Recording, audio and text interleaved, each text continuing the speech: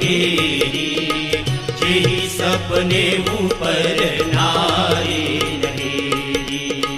मोहिया की साया प्रतीति मान केरी, जेहि सपने ऊपर नारी नहेरी, जेहि सपने ऊपर नारी नहेरी।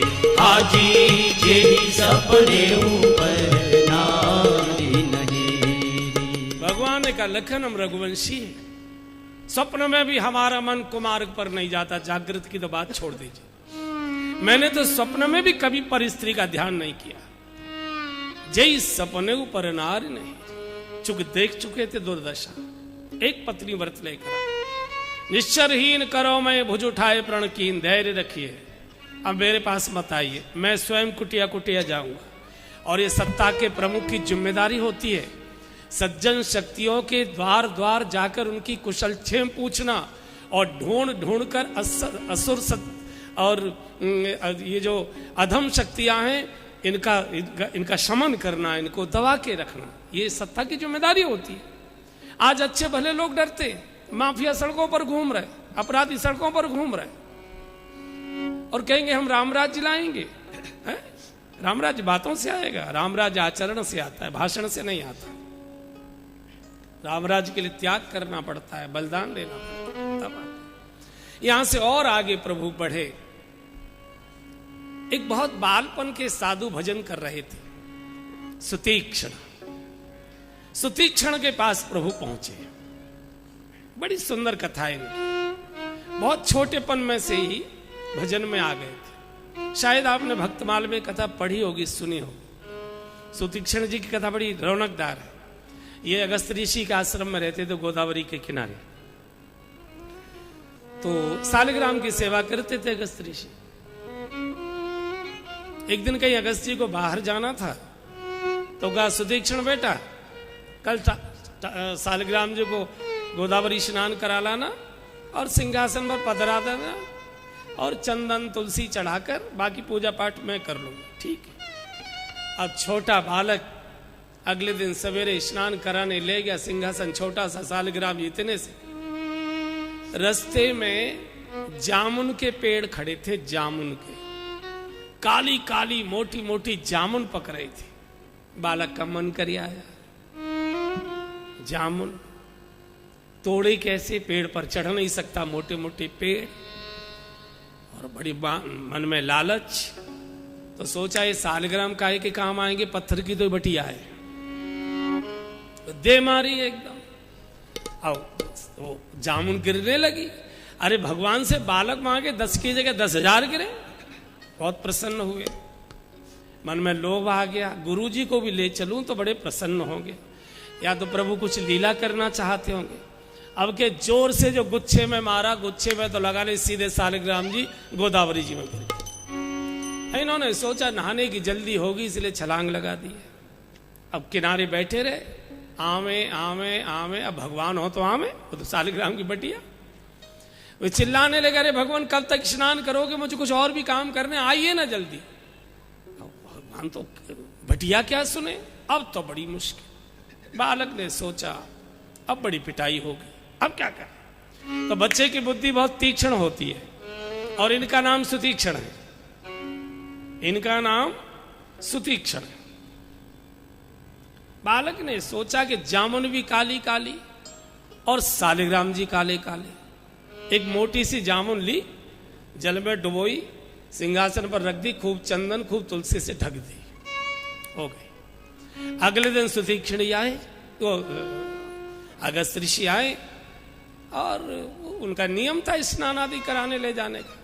जब ले गए और सालिग्राम जी को डुबोया और चंदन रगड़ा तो गुठली अलग और गूदा अलग, दोनों अलग।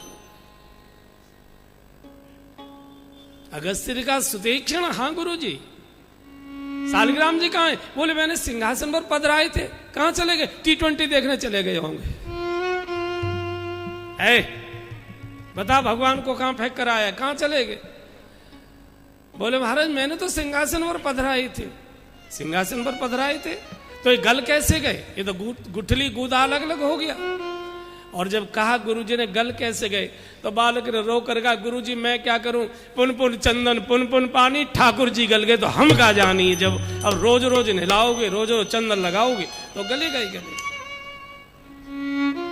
अगस्त जी ने कहा, निकाल खबरदार, ठाकुर जी को लेकर आ।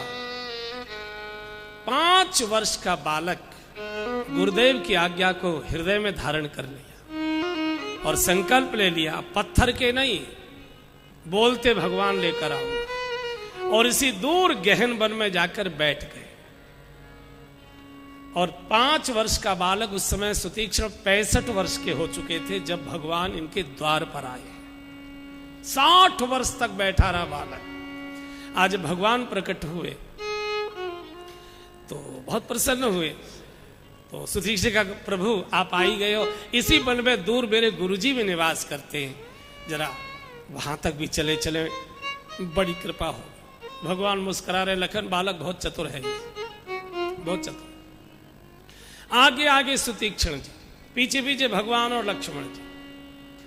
जैसे अगस्त ऋषि का द्वार आया तो सुतीक्ष्ण का, प्रभु 2 मिनट रुकिए, मैं जरा गुरुदेव को सूचना दे दूं। और दौड़कर गए हैं और गुरुदेव के चरणों में जब प्रणाम किया, अगस्त जी ने देखा, सुतीक्ष्ण तुम कैसे आए? बोले अकेला नहीं आया हूं। तो नाथ कौशलाधीश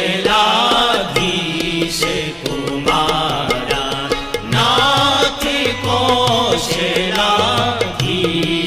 कुमारा, आए मिलन जगत आधारा, आए मिलन जगत आधारा, राम अनुज समेत वैरी, राम अनुज समेत वैरी, निश दिन देव जपत हम जी, निश दिन देव जपत हम जी, नाथि कौशलाधीश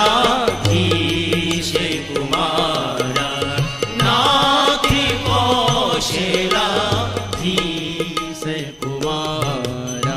अकेला नहीं आया हूं। भगवान श्री राम, लक्ष्मण जी, मां जानकी जी के साथ द्वार पर खड़े। अगस्त ऋषि दौड़े, प्रभु ने साष्टांग प्रणाम किया। आज भगवान को हृदय से नहीं लगाया अगस्त जी ने, सुतीक्ष्ण को हृदय से लगा दिया। ये सारे जगत की पहली अलौकिक घटना है।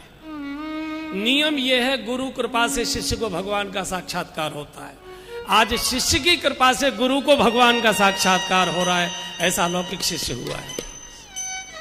अंदर आए हैं, आसन पर विराजमान।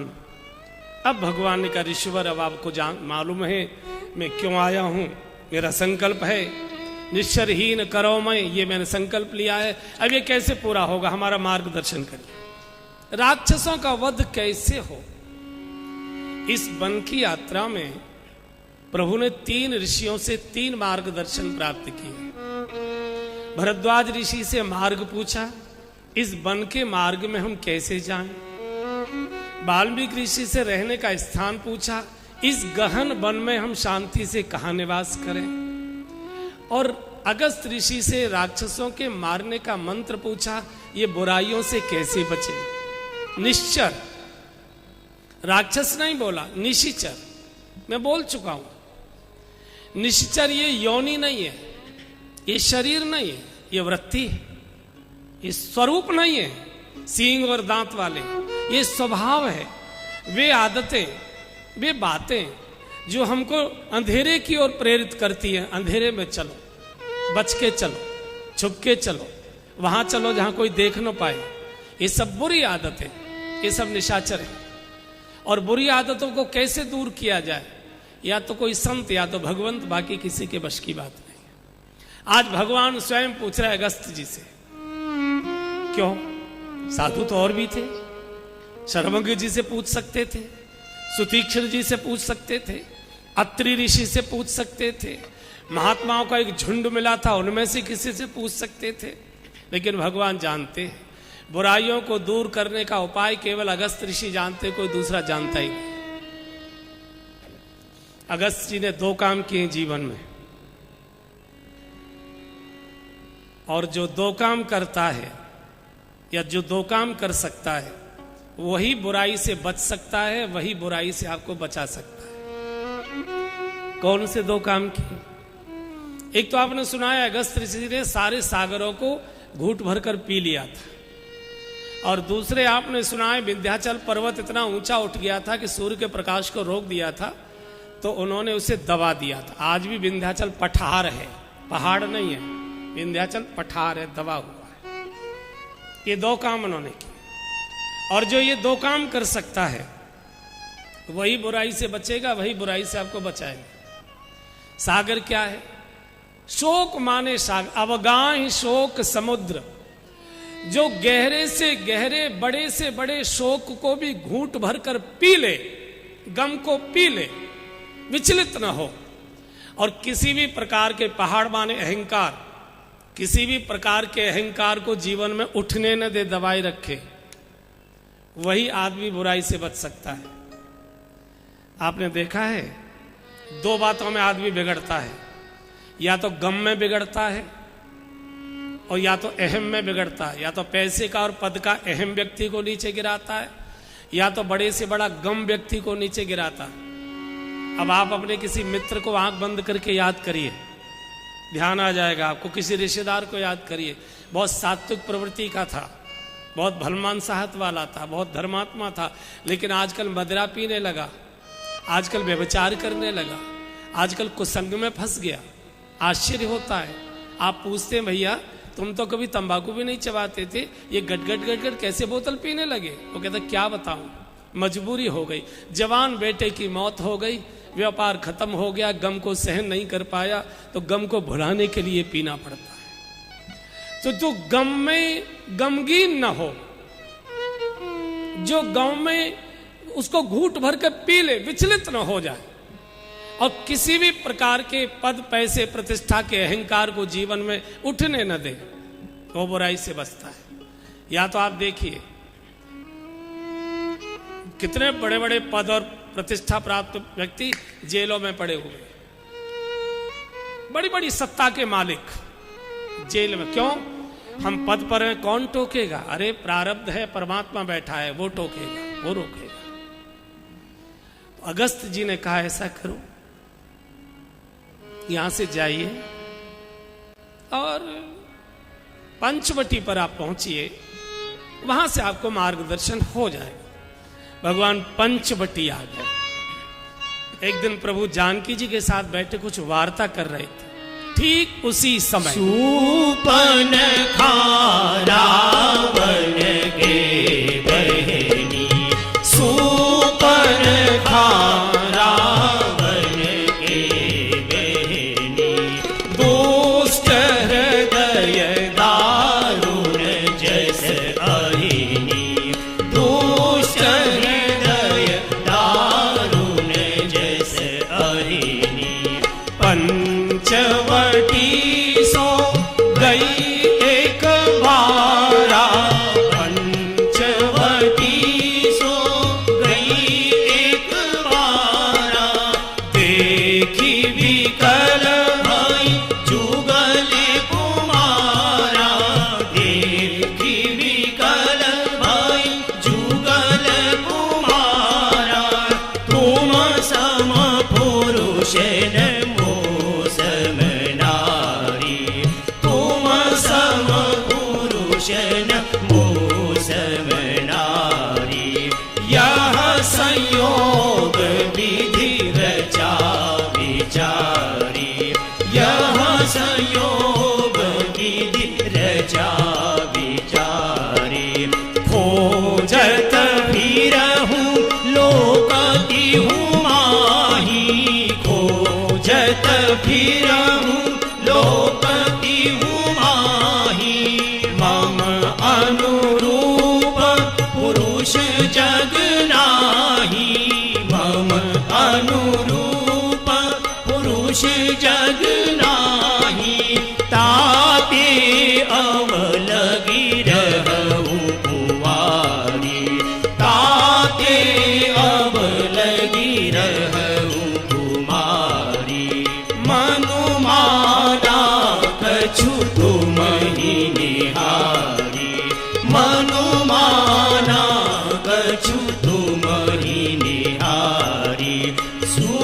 सुपन खा रावण के बहनी, सुपन खा रावण के बहनी। भगवान जानकी जी के साथ बैठे बातचीत कर रहे थे। उसी समय रावण की बहन शूर्पणखा, हमारे भारत में पिता से चलता है, उनकी बेटी है, उनकी पत्नी है, ऐसे जो संबंध होता है गोत्र इसका, वो पति से होता है। लेकिन यहाँ पति का नाम नहीं लिया, रावण की बहन, चूंकि पति को इसने मरवा दिया था, बहुत उद्दंड थी, रावण के साथ इसके विचार मिलते थे, रावण की बहन थी, हालांकि बहुत उद्दंड थी। तो रावण भी बड़ा चतुर चालाक था, इसको दूर राज्य दे दिया, बोले भाभियों से रोज लड़ेगी, ये नाक में दम कर देगी, तो इसको अलग राज्य दे दिया। ये शूर्पणखा विचित्र, थोड़ा ध्यान से इस प्रसंग को सुन लीजिए। शूर्पणखा भी मरी नहीं है, केवल नाक ही कटी है उसकी, वो यहां भी घूम रही है। कौन सा शहर है ये? इंदौर में। हाँ, अभी हवाई अड्डे की ओर है, इधर नहीं आई है, पूरब की ओर, अभी पश्चिमी इंदौर की ओर है। शूर्पणखा मनुष्य नहीं है, शूर्पणखा एक दुष्प्रवृत्ति है, भोग, वासना, आसक्ति, दुर्गुण, कामना, ये सब स्त्रीलिंग के जितने दुर्गुण हैं ये शूर्पणखा है। और ये शूर्पणखा हर पंचवटी पर आती है। हमारा शरीर पंचवटी है, पंच भौतिक तत्वों से बना हुआ है शरीर, ये पंचवटी है। राम जी के पास तो एक ही बार गई थी, हमारे पास तो रोज आती है, आकर्षक रूप ले लेकर। रुचिर रूप धर प्रभु पह गई, भीतर बहुत कुरूप थी, आसक्तियां, बुराइयां, भोग, वासनाएं बहुत कुरूप होती हैं, लेकिन ऊपर से सुंदरता का ढोंग करके आदमी को फंसा लेती है बुराई। बुराई मीठी लगती है, और बुराई के खिलाफ माता पिता आपको रोकना चाहें तो माता पिता बुरे लगने लगते हैं, माता पिता दुश्मन लगते जब आपको कोई समझाए। ब्यूटी पार्लर जाकर रुचिर रूप धर प्रभु सोई गए, संसार की वासना है। और देखिए ये प्रसंग आप जानते, रामलीलाओं में देखा है, वो आई है, शादी वादी की बात की है, और क्या कहती है? सत्यनारायण से झूठ बोलती है, सारे लोकों में मैं खोज खोज कर थक गई, मेरे लायक कोई लड़का मुझे मिला ही नहीं, लेकिन वैसे तो तुम भी मेरे लायक नहीं हो, लेकिन चलो मन माना कछु तुम्हें निहारी, मैंने सोचा बुढ़ापे में काम तो चलाना ही है, कौन मुझे उठाएगा बैठाएगा, तुमसे ही शादी कर। वासना भगवान को भी अपने से छोटा मानती है, मनुष्य की तो बात छोड़। मैं प्रसंग के विस्तार में नहीं जा रहा हूं, इसके मर्म में जा रहा हूं, मर्म में। भगवान कहना चाहते हैं, शहर छोड़कर, गांव छोड़कर, जटाजूट बनाकर, गैरिक वेश पहनकर, कोपिन कमंडल लेकर गहन वन में भी जाकर बैठ जाओगे, ये शूर्पणखा रूपी बुरे विचार आपको वहां भी आकर घेरेंगे। और बुरे विचार बाहर नहीं होते, विचार आपके मन में होते हैं। इस प्रसंग को बहुत ध्यान से सुन लीजिए, आपको लाभ हो सकता है। जो कुछ होता है वो मन में होता है। मन में जो विचार आ रहा है, अगर आपने उस पर ध्यान देना शुरू कर दिया तो मन तो पीछे पहुंचेगा, तन वहां पहले पहुंच चुका होगा। ये नियम है। अगर आपके मन में गोलगप्पे खाने की इच्छा हो रही है और आपने गोलगप्पे पर ध्यान देना शुरू कर दिया, तो मन तो बाद में जाएगा, ठेली पर शरीर पहले खड़ा दिखाई दे जाएगा। इसलिए किन किन बातों का पालन करना और किन बातों का पालन नहीं करना, इसका विवेक चाहिए, इसका विवेक चाहिए। क्योंकि मन की रचना अंदर है, वो अंदर से प्रेरित करता है। नारद जी भगवान के पास बैठे हैं चरणों में, लेकिन ध्यान कर रहा है विश्व मोहिनी का, कि उससे मेरी शादी कैसे हो। देह बैठी है भगवान के पास और मन बैठा है विश्व मोहिनी के आकर्षण में, नाक कटवा दी, बंदर बना दिया। आपका तन कहां बैठा है ये बहुत महत्व की बात नहीं है, आप मन से कहां बैठे हैं महत्व की बात है। परिणाम तन का नहीं होता, परिणाम मन का होता। तन तो मंदिर में बैठा रहता है, मन जन कहां कहां भटकता है। तन तो कथा में बैठा रहता है, हालांकि कथा में कम इधर उधर जाता है, क्योंकि कथा में सुनने से ध्यान लग जाता है। लेकिन जब आप पूजा पाठ करते हैं तो आपका मन कभी स्थिर नहीं होगा, जाएगा। और ऐसी ऐसी जगह जाता है जहां कभी आपने सोचा भी नहीं होगा, बहुत गंदी जगह पर भी चला जाता है। तो मन का बड़ा विचित्र स्वभाव है, बड़ा विचित्र स्वभाव। मन पर अगर आपने ध्यान दिया, इसलिए भगवान के यहां निर्णय तन का नहीं होता, तन का निर्णय तो चिता कर देती है, बस जलाया भस्म कर दिया। तन का निर्णय तो नर्सिंग होम में डॉक्टर कर देते, काटा पीटा नलियां डाली, ये किया, भाई ये चले हो, अब ये नहीं चले, ले जाओ। लेकिन मन का निर्णय ईश्वर करता है, क्योंकि ईश्वर मन में वास करता है।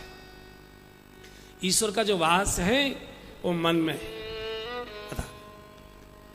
इसलिए मन से सावधान रहिए। हमारे पूज्य अखंडानंद जी महाराज बड़ा सुंदर दृष्टांत देते थे मन का। बोले एक जगह एक मंदिर था, तो उसमें पुजारी जी पूजा करते थे। ठीक मंदिर के सामने एक वैश्या का नृत्य घर था, जिसमें शाम को ठुमके लगते थे, नाच गाना होता था। अब ये बेचारी नाचती थी पैसे के लिए, नाचते नाचते रोती थी, प्रभु मुझे इस भागिन को तूने वैश्या क्यों बनाया, क्या सुंदर तेरा रूप स्वरूप है, और मैं तो पवित्र कैसे तेरे मंदिर में जाऊं। नाचे रोए देखे खिड़की में से प्रभु का ही दर्शन करे, हर समय मन में भगवान ही भगवान। और ये जो पुजारी जी थे ये मोबाइल लिए बैठे रहते थे, पता नहीं क्या रोग लग गया, यही किले कांटिया से करते रहते, जे देखो वैसे कर। तो ये देखे उसके ठुमके इसके मोबाइल पर आए, ये लगा दे उसमें, तो ये सोचे कहाँ बच्चों लंबी छुट्टियां लेके बैठ गया, मजा तो वहां आ रहा है, क्या ठुमके, क्या आनंद, क्या। बैठा है मंदिर में और मन है मंदिरालय में, वैश्यालय में, और वैश्या है नृत्य और गायन में, लेकिन मन से डूबी ठाकुर जी के चरणों को। संयोग से दोनों की मृत्यु एक दिन हुई, दोनों की मृत्यु एक दिन हुई। दोनों चित्रगुप्त के यहां उपस्थित किए जाते, कर्मों का लेखा जोखा वहीं होता है। रजिस्टर खोला गया, चित्रगुप्त ने कहा सर वैश्या स्वर्ग की अधिकारिणी है, और ये पुजारी जी बोले इनको घोर नरक। पुजारी जी श्लोक बोलने लगे, अरे बोले क्या बदतमीजी है, ये न्याय है, पूजा जीवन मैंने की और मैं नरक में, और ये जीवन नाची गाई, इसको स्वर्ग में। भगवान ने कहा नाराज मत होइए पंडित जी, दक्षिणा पूरी देंगे। लाना इनका वीडियो सीडी आजकल बहुत चलती है ना राजनीति में, पता नहीं किस किस की सीडी कौन दिखा देता। बोला आपकी सीडी हमारे पास है, सीडी प्लेयर में लगाओ। देखा तो ठुमके वहां लग रहे थे और मंदिर में मटक रहे थे, पुजारी जी मंदिर में मटक रहे थे, वैश्या नाच रही थी, निगाहों से ठाकुर जी को निहार रही थी। भगवान ने कहा हमारे यहां मन आता है, तन नहीं आता, बाबा जाओ। तन कहां बैठा है ये महत्व की बात नहीं है, हमारा मन कहां जमा हुआ है ये महत्व की बात है। इसलिए मैं बार बार आग्रह करता हूं, स्थान बदलने से जीवन नहीं बदला करता, स्थिति बदलने से जीवन बदलता। आसन बदलने से जीवन नहीं बदलता, अवस्था बदलने से जीवन बदलता। व्यवस्था से नहीं कुछ काम चलता, अवस्था चाहिए। व्यवस्था में तो किसी में भी आप रह सकते, साधु की व्यवस्था में रहने वाले भी अपराधी हो रहे हैं कि नहीं हो रहे, पाप हो रहे हैं कि नहीं हो रहे। इसलिए घर छोड़कर मत जाइए, स्थान मत बदलिए। चूंक जो मन में यहां है वही वृंदावन में करोगे, वही हरिद्वार में करोगे, वही काशी में करोगे। चूंकि मन तो साथ जाएगा, अगर यहां मन पवित्र है तो वहां भी पवित्र होगा, और यहां अगर दुष्ट है तो वहां भी दुष्टता करेगा। और सबको सब लोग मिल जाते, रुचि के लोग मिल जाते। मुझे याद आता है एक बार हमारे वृंदावन में एक, उस समय राम जन्मभूमि आंदोलन चल रहा था, तो एक साधु टाइप का बड़ा अच्छा नौजवान काफी उसमें एक्टिव था अयोध्या में, तो हम भी उसमें सक्रिय थे उस समय। तो बोले महाराज जी मैं वृंदावन कुछ दिन रहना चाहता हूं। हमने कहा जाना, आ गया। तो शाम को 2 दिन के बाद 3 दिन के बाद बोला महाराज जी मैं उस आश्रम में चला जाया करूं, वहां कीर्तन होता है। हमने कहा चले जाया कर। दूर था, वहां से करीब 2 किलोमीटर 2.5 किलोमीटर हमारे आश्रम से। 7-8 दिन के बाद एक चंपत राय जी करके विश्व हिंदू परिषद के अधिकारी है, चंपत राय जी, वो आए। उन्होंने उसे देखा, अरे बोले तुम यहाँ? बोले हाँ महाराज जी के पास। ठीक है। अकेले में चंपत जी ने हमसे कहा कि जरा इस पर ध्यान रखना, ये चिलम बहुत पीता है। तब मेरा माथा ठनका कि ये वहां क्यों गया, वहां क्यों गया। तो एक दिन वो कीर्तन में गया, मैं पीछे पीछे पैदल पैदल देर में गया तो देखा गोल गुट्ट में सुट्टे मार रहा था पट्टा। अब देखिए वो लड़का बलिया का रहने वाला था, पहली बार वृंदावन आया और उसने ढूंढ लिया चिलम कहाँ मिलती है। चूंकि मन में चिलम थी तो वो ढूंढ लिया आंखों ने कि यहाँ है चिलम। मन में जो होता है वो आदमी खोज लेता है, इसलिए मन ठीक रहे, शुद्ध रहे, ये आवश्यक है। तन तो बहुत बार गंगा जी में रहता है, लेकिन मन पता नहीं भैया के साथ भी बंटवारी की लड़ाई सोचता रहता है। हमारे पूज्य राम सुखदास जी महाराज इस पर बड़ा अच्छा दृष्टांत देते थे, उनके मुंह से बहुत अच्छा भी लगता। देखो बूढ़ा साधु जब कोई हंसी मजाक की बात बोलता है ना तो अच्छा लगता है। डोगरे जी महाराज कभी कभी चुटकी लेते थे, राम सुखदास जी थोड़ा ज्यादा लेते थे, चूंकि मारवाड़ियों का मामला था ना, और मारवाड़ियों को तो जब तक चोट न मारो तब तक वो हिलता ही नहीं है। बहुत मारवाड़ी का मन बड़ा कर रहा होता है तो वो बड़ी चोट मारते थे राम सुखदास। वो सुनाया करते थे कि दो देवरानी जिठानी थी। देवरानी जो थी वो थोड़ी सत्संगी थी। अब जिठानी बड़ी थी, माँ के रूप में थी, तो सारे घर का काम धाम संभालती थी, उसे सब संभालना। तो देवरानी ने कहा जी, अच्छा जी पर बोलूंगा मैं, ये बताओ आप अपनी जिठानी को क्या बोलती हो? हैं? हाँ जी। भाभी कौन कौन कहते हैं? सब पाप करते हो। वो तुम्हारी भाभी कैसे हो गई जिठानी? फिर उसके पति से राखी बंधवाती हो क्या? वो हमारी जीजी है, वो हमारे पति का भैया है, हमारा नहीं, हमारे जेठ है, वो दादाजी है, आदरणीय है। भैया कैसे हो गए? भैया भैया भैया। थोड़ा भारतीय संस्कृति को भी सीखो। वो जीजी है। मान लीजिए दो बहनें खास और दो भाइयों को आ जाए तो वो क्या भाभी कहेगी उसे? भाभी कहेगी। तो कहा जीजी 4 धाम यात्रा जा रही है, चलोगी? बोले कहाँ चलें, बच्चों के एग्जाम है और ऐसा घर का सारा काम है। मैं तो जाती हूँ। तो 40 दिन की एक रेल जाती है ना यात्रा की, उसमें वो चलेगी। जिठानी ने कहा ऐसा कर, मेरे पास है तुम भी है, इसे तू सब तीर्थों में डुबकी लगवा ला। तुम भी लेके गई, जगह जगह जहां जहां तीर्थ, जहां जहां दर्शन, सब जगह डुबकी लगवाई और ले आई। तुम्बी को उसने काट दिया ऊपर से, बोले इसको बढ़िया डुबकी लगवा के। अब जो दौरानी 40 दिन के बाद आई तो इसने स्वागत सत्कार किया, आज दावत की इसकी। तीर्थ के लौटने के बाद अच्छी दावत होती है, बढ़िया चीजें, खीर वीर ये वो सब बनाई। अच्छा तुम भी थी, चूंकि वो भी थोड़ी गल गई थी, नाते नाते तो उसके पीस किए और बर्फी जैसे चांदी के बरक लगा के जैसे काजू की बर्फी होती है ऐसे प्लेट में सजा दिया। इसने सबसे पहले वो बर्फी का ही टुकड़ा कुतरा। इतना कड़ुआ, तुम्बा तो बहुत कड़ुआ होता है, इतना कड़ुआ है, थू थू करे, रे जी ये क्या कर दिया, सारा मुंह कड़ुआ हो गया। जहर के कड़ुआ, अरे तुम भी ये सारे तीर्थ नहा कर आई है फिर भी कड़वी रह गई है? इतने तीर्थों का स्नान करने के बाद भी इसका मन अभी भी कड़ुआ का कड़ुआ रह गया। तो राम सुखदास जी के जो साथ संगीत वाले रहते थे बड़ा अच्छा भजन सुनाते थे, एक बार गाइए। तुम बढ़िया सब तीर्थ कर आई, सब तीर्थ कर आइया, सब तीर्थ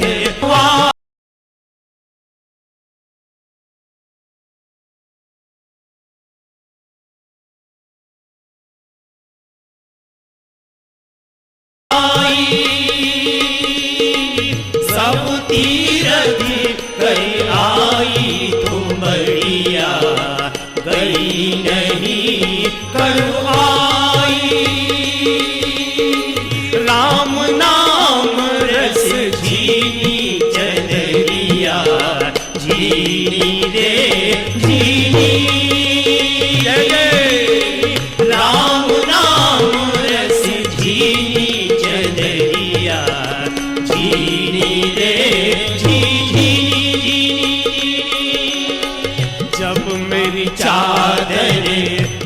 घर आई, रंग रेज को दीनी चदरिया, रंग रेज को दीनी।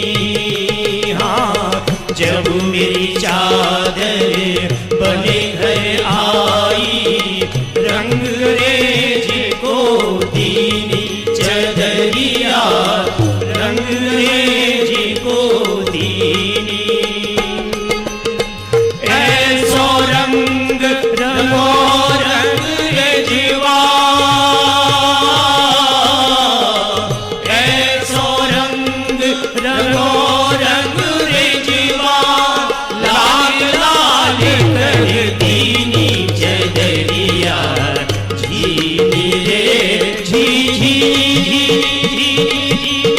राम राम रस झीनी चदरिया, झीनी रे झीनी। ध्रुव प्रहलाद सुदामा ने ओढ़ी, सुखदेव निर्मल कीनी चदरिया, सुखदेव निर्मल कीनी। हाँ, ध्रुव प्रहलाद सुदामा ने ओढ़ी, सुखदेव निर्मल कीनी चदरिया, सुखदेव निर्मल कीनी। दास कबीर ने ऐसी ओढ़ी,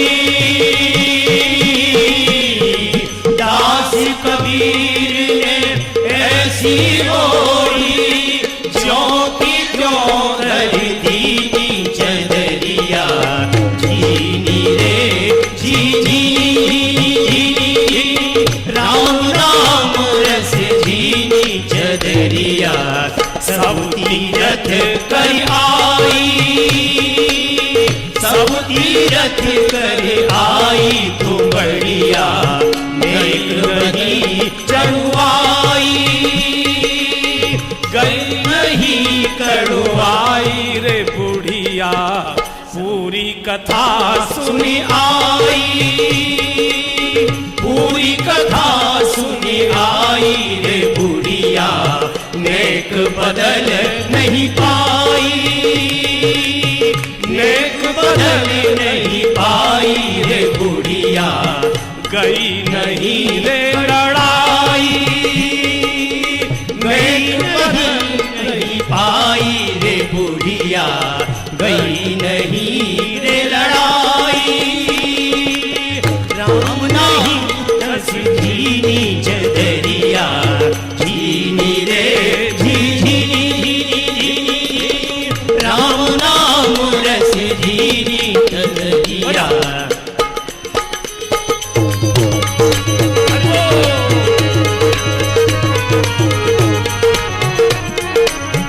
पूरी कथा सुनी आई, पर नेक बदल नहीं पाई, जे तो चोरी से खाती मलाई। नहीं बदलोगे, बहुत कठिन है। भीतर क्या है? निर्णय भीतर करता है, बाहर प्रकट होता है। निर्णय भीतर होता है, सारे निर्णय भीतर होते हैं, प्रकट बाहर होते हैं। निर्णय कमरे में, प्रकट अखबार में। ठीक है। सुपर्णखा की नाक कटी। भगवान कहना चाहते कैसे बचोगे? जानकी जी को हर समय बगल में रखो। जानकी जी भक्ति का प्रतीक है। भजन पर टिके रहोगे तो बुराई तो संसार में आएगी, बच जाओगे, बच जाओगे। नहीं तो बहुत कठिन, बहुत कठिन। मैं छोटी सी औषधि बता रहा हूं, अगर आयुर्वेद की है, छोटी सी औषधि है, आपके काम आ जाए तो देख लीजिए, नहीं तो फेंक दीजिए, पैसा नहीं है उसका कोई।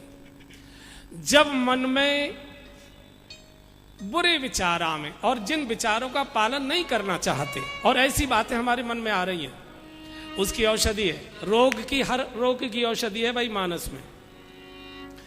तो जब हमारे मन में बुरे विचार आ रहे हों और उनका हम पालन नहीं करना चाहते, तत्काल आसन बदलिए। तत्काल स्थिति बदलिए। अगर लेटे लेटे चारपाई पर बुरी बातें आ रही हैं तो बैठ जाइए, बैठे बैठे आ रही हैं तो खड़े हो जाइए, खड़े खड़े आ रही हैं तो टहलने लग जाइए, टहलते टहलते आ रही है तो गति तेज कर दीजिए। और कुछ नहीं मिलता है, छोटे बच्चे को गोद में लेकर खिलाना शुरू कर दीजिए, आपका मन पवित्र हो जाएगा। कुछ करने की जरूरत है, छोटे बच्चे को दुलारना शुरू कर दीजिए, पवित्र। चूंकि बालक मन, भोला मन परमात्मा का हुआ करता है।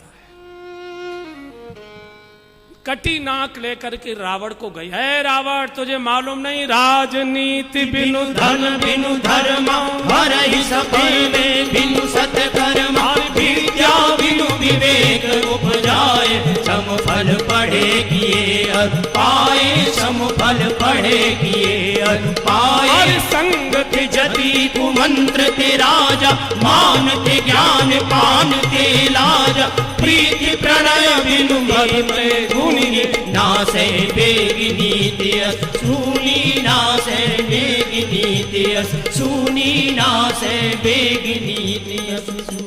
ऐ रावण, मदरा पान करके पड़ा रहता है, तुझे होश है? तेरे द्वार पर दुश्मन दस्तक देने आ गया है और रिपुरुज पावक पाप प्रभु अह गनियन छोड़कर। सुपड़खा को तो समझा दिया, जा नहा धो ले, थोड़ा जलपान कर ले, बाफला आए हैं इंदौर से, खा ले, भोजन कर। और रावण यहां से सीता जी का हरण करने आता है।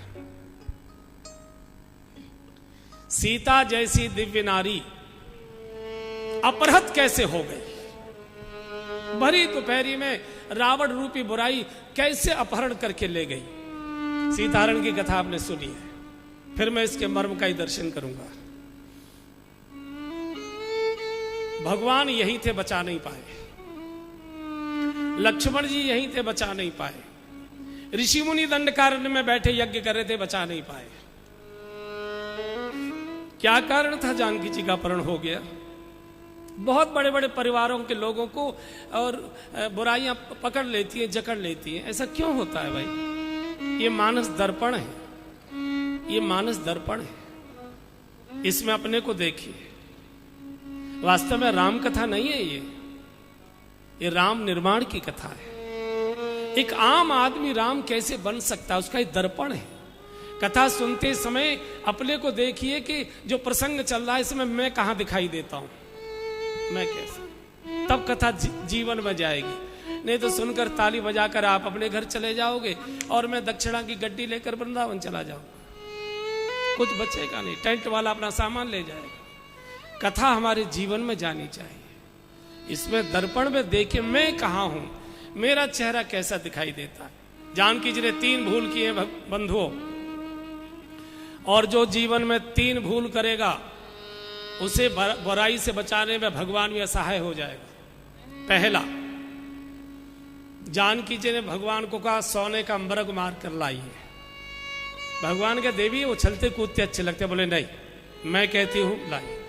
इतने बड़े राज परिवार की तुम बहू हो, कितना सोना निकलता है एक मृग में? 1.5 किलो 2 किलो कितना निकलता? तुमने उसके लिए भगवान को जीवन से दूर कर दिया। कोई बात नहीं, कोई बात नहीं। बहुत से लोगों को भगवान पर भरोसा नहीं होता, हमको भी नहीं। हमको भजन तो करते लेकिन भरोसा भक्त पर ही रखते कि कब आए और कब लिफाफा चढ़ाए।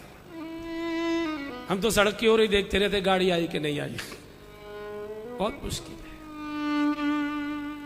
लेकिन संत तुम्हारी रक्षा में खड़ा था, लक्ष्मण जी रक्षा में खड़े थे। सीता जी ने कहा भगवान पर विपत्ति है, रक्षा करने जाइए। लक्ष्मण जी का, मां कैसी बात करती हो आप, कैसी बात करती? भ्रकुट विलास सृष्ट लय होई सपन हुई संकट। बोले मैं कहती हूं जाते हो कि नहीं? वाल्मीकि रामायण में तो बहुत अश्लील भाषा का प्रयोग है। गोस्वामी जी ने मर्यादा का पालन किया, केवल इतना कहा कि चुभने मर्म वचन जब सीता बोला, मर्म चुभने वाली बात कुछ बोल दी। अब क्या बोली मालूम नहीं, कभी मिलेंगे पूछ लेंगे। तो जब कहा कि जाओ मैं कहती हूं, लक्ष्मण जी रो गए। और लक्ष्मण जी ने कहा मां मैं जा तो रहा हूं, मेरा हृदय भी रो रहा है और मुझे अपशकुन भी हो रहा है। क्या अपशकुन हो रहा है? बोले मुझे सृष्टि में 3 नियम टूटते हुए दिखाई दे रहे हैं। ये अपशकुन। क्या नियम टूट रहा है? बोले मैं आज तक देखा करता था माया ब्रह्म के पीछे दौड़ा करती है। आज मैंने ब्रह्म को माया के पीछे दौड़ता हुआ देखा, पहला नियम। और दूसरा नियम ये था कि जीव पर संकट आता है तो जीव भगवान को पुकारता है, प्रभु मेरी रक्षा करो। गजने पुकारो मैंने गरुड़ बिसारो, द्रौपदी पुकारी। तो जब जीव पर संकट आता है जीव पुकारता है, लेकिन आज ब्रह्म पर संकट आया है और ब्रह्म रक्षा के लिए जीव को पुकार रहा है, हा लक्ष्मण मेरी रक्षा कर। और तीसरे, जब जीव पर संकट आता है और वो पुकारता है तो ब्रह्म उसकी रक्षा को जाता है। आज जीव भगवान की ब्रह्म की रक्षा को जा रहा है। ये 3 सृष्टि के नियम में टूटते देख रहा हूं, अपशकुन लग रहा है। जा तो मैं रहा हूं बहुत भारी मन से, लेकिन मेरी एक प्रार्थना है। क्या है? लक्ष्मण जी ने अपने बाण से एक रेखा खींच दी। बोले बस इसका उल्लंघन मत करना, सुरक्षा बनी रहे। जानकी जी ने इसका भी उल्लंघन कर दिया। जानकी जी ने और ये तीसरी भूल मार गई उनको। देखिए भगवान पर सबका भरोसा नहीं होता, हम जानते हैं। बातें हम भगवान की करते हैं, लेकिन भरोसा कहीं और रहता है। कोई बात नहीं, भगवान नहीं मिले कोई बात। संत हमारी रक्षा के लिए खड़े हुए हैं, लेकिन हम संतों पर भी विश्वास नहीं करते। संत बोला रे तो आजकल कलयुग में कहाँ संत हैं, सब धंधेबाज हैं, सब नाटक खोर हैं, सब पाखंडी हैं, सब ये है सब ये है। मान लिया हमने, हम ये भी मान लेते हैं, क्योंकि संत को देखने के लिए तो संत की आंख चाहिए, बुद्धि से तो संत नहीं दिखाई देंगे। तो भगवान पर भी भरोसा नहीं, हमको संतों पर भी भरोसा नहीं, मान लिया। लेकिन बंधुओं और बहनों, संतों ने शास्त्रों के माध्यम से हमारे जीवन की रक्षा के लिए कुछ आचरण की मर्यादाएं बनाई है, कुछ आचरण की रेख बनाई है। अगर उन मर्यादाओं का भी पालन करते रहोगे तो इस कलिकाल में बच जाओगे, नहीं भगवान भी नहीं बचा पाएगा। कुछ मर्यादा चाहिए। बड़े से बड़ा रिश्तेदार आ जाए, पूज्य है, पैर छूइए, कोई दिक्कत नहीं, आरती उतारिए, कोई दिक्कत नहीं, दूध से पैर धोइए, मुझे कोई दिक्कत नहीं। लेकिन वो गलत दिशा की ओर ले जाता है, सर क्षमा करें, यहां से आगे हम नहीं जाए। नहीं, ये हमने कभी नहीं किया, नहीं कभी छुआ नहीं, हम नहीं, हम हमारे माता पिता की इज्जत जाएगी। नहीं सर, बिल्कुल नहीं, क्षमा करें। कहीं ना कहीं कोई ना कोई मर्यादा का पालन रखो, यहां से आगे नहीं बढ़ेंगे। बस जो नुकसान होगा हो जाएगा, लेकिन एक कदम इधर नहीं बढ़ाएंगे हम। और जिसके जीवन में कोई मर्यादा नहीं है, उसका भरी दोपहरी में बुराई अपहरण कर लेती है। और जानकी जी शांति की प्रतीक है, जानकी जी भक्ति की प्रतीक है, जानकी जी सद्गुणों की प्रतीक है। और एक बार अगर कोई बुराई हमारे जीवन की शांति और सद्गुणों को अपहरित कर लेती है, तो पुनः जानकी जी को प्राप्त करने में भगवान को कितने पापड़ बेलने पड़े, हमारी तो आपकी हैसियत कुछ नहीं है। एक बार गया सो गया। इसलिए मैंने राम कथा सुनी है, ये मेरी मर्यादा है। मैंने कथा सुनी है सर, अब नहीं। बहुत लोगों ने देखा है, मैंने कथा सुनी है, मैंने कथा कराई है, सारा शहर जानता है। अब मैं आपके साथ यहां नहीं खड़ा हो पाऊंगा, इधर हम नहीं जा पाएंगे। कोई तो मर्यादा बनाओ, कुल की बनाओ, परिवार की बनाओ, बाल बच्चों की बनाओ, माता पिता की बनाओ, शास्त्र की बनाओ, किसी गुरु की बनाओ, कोई मर्यादा का तो पालन करो। कोई नहीं बचा पाया। एक गीधराज जटायु ने जरूर संघर्ष किया, रावण उसको भी घायल करके चला गया। और भगवान जब सोनी कुटिया में आए और जानकी विहीन कुटिया को देखिए, प्रभु कितना रोए।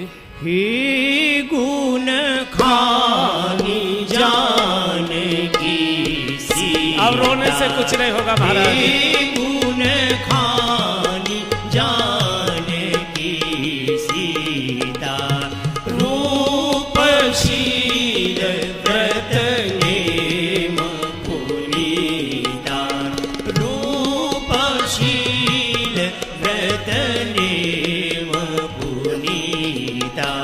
हे खग मृग हे मधुकर श्रेणी, हे खग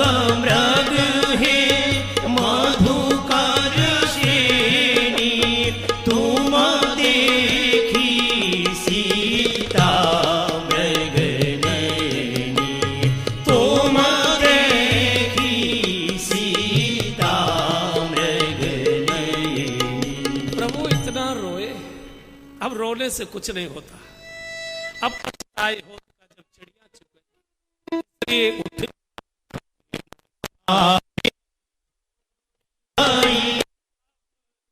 उठे कहाँ जो सोवत है, उठ जाग मुसाफिर भोर भई, अब रे कहाँ जो सोवत है सो खोवत है, जो सोवत है सो खोवत है, जो जागते हैं सो पावत है, जो जागते हैं सो पावत है, उठ जाग मुसाफिर भोर भई, अब रे कहाँ जो सोवत है, अब रे कहाँ जो सोवत है, अब रे कहाँ जो सोवत है। जीवन समझ से जियो, बुद्धि से नहीं, समझ से जियो। बुद्धि मस्तिष्क में होती है, समझ हृदय में होती है, मन में होती है। हृदय से जियो। गीधराज जटायु के पास पहुंचे, प्रभु करहा रहे थे। गीधराज ने जब सारी घटना सुनाई, राघव मेरा आज मैं अपनी बिटिया की रक्षा नहीं कर पाया, नाथ दशानन यह गति की ले गया, वो मैं नहीं बचा पाया। कोई बात नहीं चाचा जी, कोई बात नहीं। जटायु की धूर जटानस जारी, भगवान चाचा जी कहकर बोलते थे क्योंकि दशरथ जी के मित्र थे। भगवान ने कहा कि चाचा जी आपको स्वस्थ जीवित कर दो, बोले नहीं राघव, बस इसी घड़ी की प्रतीक्षा कर रहा था। पुरानी बात सुनाने लगे। एक बार तुम्हारे पिताजी ने मुझे 2 वरदान मांगने को कहा था, उनकी एक बार मैंने सुरक्षा की थी, तो मैंने कहा था आज नहीं, भविष्य के लिए मुझे वरदान दे दीजिए, और उन वरदानों का आज समय आ गया राघव। मैंने कहा था उनसे कि मैं अविवाहित हूँ, दुनिया में मेरा संस्कार करने वाला कोई है नहीं, तो जब मेरा अंत समय आए और आपको पुत्र पैदा हो जाए तो अंत समय में मेरा संस्कार करने के लिए किसी एक बेटे को जरूर कृपा करके भेज देना। आज मैं कितना भाग्यशाली हूं कि दशरथ जी के 4 बेटे थे, अंत समय में एक भी बेटा उनको जलांजलि देने के लिए उनके पास नहीं था, तड़प तड़प के मरे हैं दशरथ जी। और मैं कितना भाग्यशाली हूं, इस गहन वन में भी 2 बेटे मुझे गोद में लिए बैठे हैं, मेरी चिंता कर रहे हैं, इससे बड़ा और क्या भाग्य। और दूसरे भारत का एक नियम है, वैसे तो कोई भी बेटा पिता का संस्कार करे, लेकिन बड़े बेटे के हाथ से जब दाग लग, दशरथ जी की दाह क्रिया बड़े बेटे के द्वारा नहीं हुई थी, भरत जी के द्वारा हुई थी। गीधराज जटायु की बड़े बेटे के द्वारा राम जी ने की।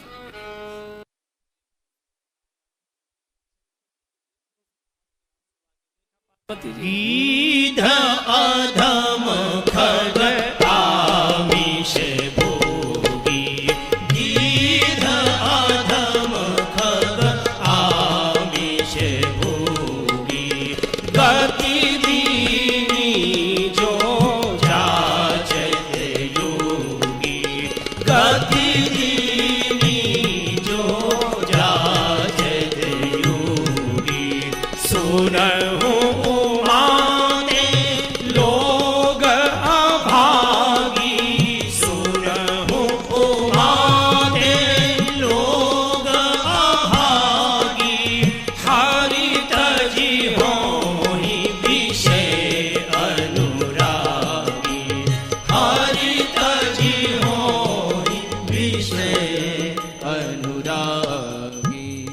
प्रभु को भी लोग छोड़कर यहां से भगवान शबरी जी के आश्रम पर आए। मानस की सबसे दिव्य पात्र शबरी, क्या महिला है। 18 वर्ष की अवस्था में चली आई घर से,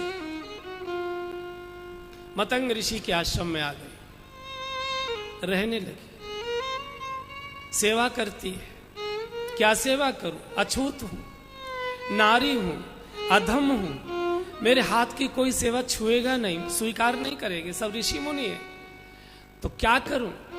तो ये पंबा सरोवर नंगे चरण कटीले रास्ते पर, कंकड़ी के रास्ते पर साधु महात्मा जाते, कांटे चुभते होंगे, पत्थर लगते होंगे, तो चलो बुहारी लगा दिया कर। रात में 3 बजे उठती है, 3 से 4 बजे के बीच में बुहारी लगा देती है, किसी को पता न लगे। बुहारी काहे से लगाती है? लंबे लंबे केश थे इसके, केशों से बुहार थी। भाग्यशाली महिला के केश बहुत लंबे होते हैं। दुर्भाग्य देखो, आज भाग्य को काटा जा रहा है। भाग्य को बढ़ाना चाहिए। नखून बढ़ा रहा है, नखून वासना का प्रतीक है। सूपनखा, सूपनखा का मतलब क्या है? जिसके नखून सूप जैसे लंबे लंबे, सूपनखा। नखून उखाड़े नहीं जा सकते, लेकिन काट कर नियंत्रित रखे जा सकते। वासनाएं समाप्त नहीं की जा सकती, लेकिन नियंत्रित की जा सकती। सौभाग्य को बढ़ाइए, वासना को नियंत्रित करिए, घटाइए। एक दिन मतंग ऋषि ने शबरी को अपने पास बिठाया। बेटी, अब हमारा शरीर पूरा होने वाला, 1-2 दिन में हम जाएंगे। बाबा, आप चले जाओगे, मैं तो रह नहीं पाऊंगी। मुझे कौन रहने देगा यार, मेरी तो किसी को छाया पसंद नहीं। मतंग ऋषि ने कहा, बेटी तुझे यहां से कहीं जाने की आवश्यकता नहीं। पंपा सरोवर तेरे पास है, कंदमूल फल तेरे आश्रम में, कहीं मत जाओ। और मैं आशीर्वाद देकर जा रहा हूं, एक दिन तेरे द्वार पर श्री राम आएंगे। राम आएंगे? हाँ। मैं तो पहचान नहीं पाऊंगी राम कैसे होते। बोले चिंता मत कर, पुरुष वेश में पहली बार तेरे द्वार पर जो आए समझना राम ही आए, राम के अलावा कोई आएगा। मैं बोल, ये नहीं पूछा कब आएंगे। गुरुदेव कहकर जा रहे हैं, गुरु की वाणी असत्य नहीं होती। संत ने बोला है, संत की वाणी पर भगवंत बोला करते, असत्य नहीं होती। भरोसा करके बैठ गए, भरोसा करके। और प्रतीक्षा करते करते करते करते शबरी लगभग 80 वर्ष की हो गई। लगभग 60-65 वर्ष के बाद भगवान इसके द्वार पर आए थे। नाम ही शबरी पड़ गया, इसका नाम ही शबरी पड़ गया। इसका नाम शबरी नहीं था, बनवासी बेटी थी, लीलावती, कलावती, कोई भी नाम होगा। सबर करके बैठ गई, सबर करके, संतोष करके बैठ गई। हम सब बेसबर, इसलिए बेखबर। सबर चाहिए भक्ति में, धैर्य चाहिए, प्रतीक्षा चाहिए, धैर्य पूर्वक प्रतीक्षा। अहिल्या जी का धैर्य और शबरी की प्रतीक्षा दोनों भगवान को अपने द्वार पर बुला लेती है। अहिल्या जी ने भी द्वार पर बुला लिया और शबरी जी ने भी द्वार पर बुला लिया। हमें धैर्य नहीं है, सबर नहीं है।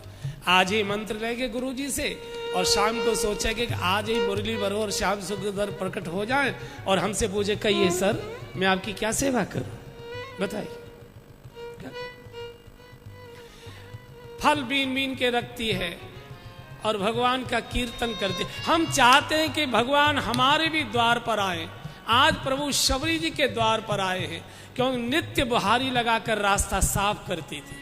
पूज्य श्री राम शर्मा आचार्य जी ने इस पर एक बहुत अच्छा भजन लिखा है, गाइए। तुमने आंगन नहीं बुहारा, तुमने आंगन नहीं बुहारा, कैसे आएंगे भगवान, कैसे आएंगे भगवान। तुमने आंगन नहीं बुहारा, तुमने आंगन नहीं बुहारा, कैसे आएंगे भगवान, कैसे आएंगे भगवान। चंचल मन को नहीं सवारा, चंचल मन को नहीं सवारा, कैसे आएंगे भगवान, कैसे आएंगे भगवान। चंचल मन को नहीं सवारा, चंचल मन को नहीं सवारा, कैसे आएंगे भगवान, कैसे आएंगे भगवान।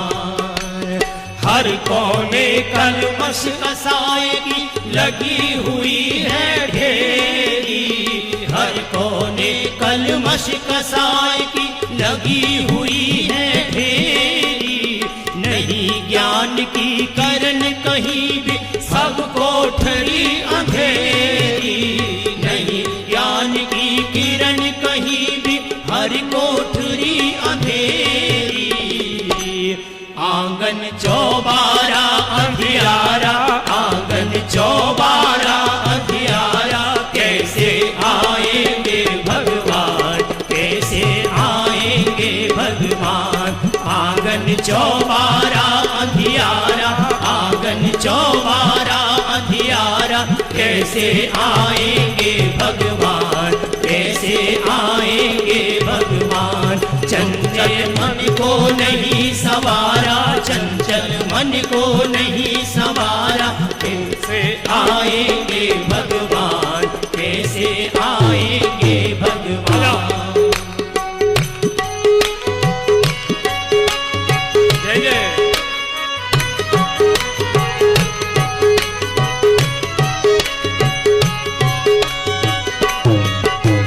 निर्मल मन हो तो रघुनायक शबरी के घर आते, निर्मल मन हो तो रघुनायक शबरी के घर आते।